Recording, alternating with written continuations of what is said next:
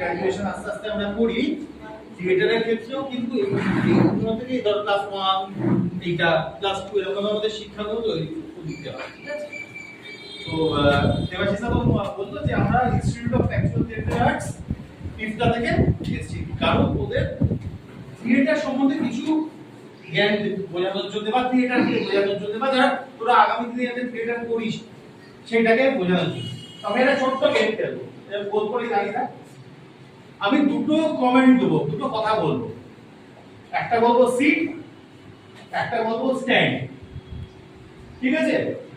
তো এখানে সিট বললে কি হয় আর স্ট্যান্ড বললে, আচ্ছা, কিন্তু এখানে আমরা উল্টো করব, স্ট্যান্ড বললে বসতে হবে, সিট বললে দাঁড়াতে হবে। সবাই বুঝেছি আমরা? তো আমরা শুরু করি। Stand out.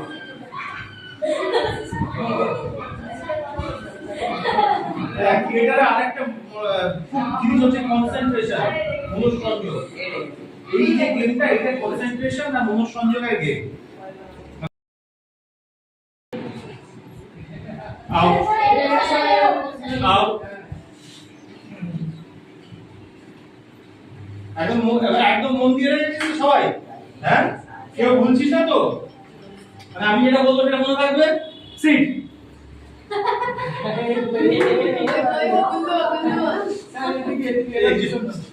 আচ্ছা, এবার আমরা গোলটা আসলে ছোট করি, ছোট করে দিই গোলটাকে। হ্যাঁ, এই আর কি হবে গেছিস?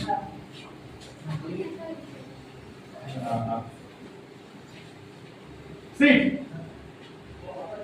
Seat stand sit stand.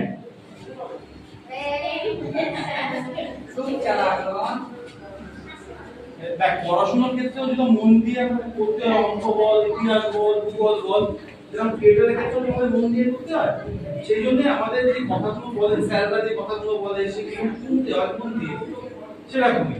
Stand top cut out. তো এইটাই হচ্ছে, এইটা খেলার কারণটা হচ্ছে, এইটা খেলার কারণ হচ্ছে যে মনোসংযোগ করা। পড়াশোনার ক্ষেত্রে যেমন এটা, যেমন আমরা একটা স্ক্রিপ্ট করি, মন মাথায় রাখতে হয় আমাদের, বা কিভাবে অভিনয় করবো, জিজ্ঞেস করার যে তোরা থিয়েটার দেখেছিস, তুই থিয়েটার দেখেছিস তুই? তো আমরা এইটাই চাই যে সবাই করুক, কারণ একটা দেখ পড়াশোনার সঙ্গেও একটা জিনিস দরকার, সেই কারণে, ঠিক আছে?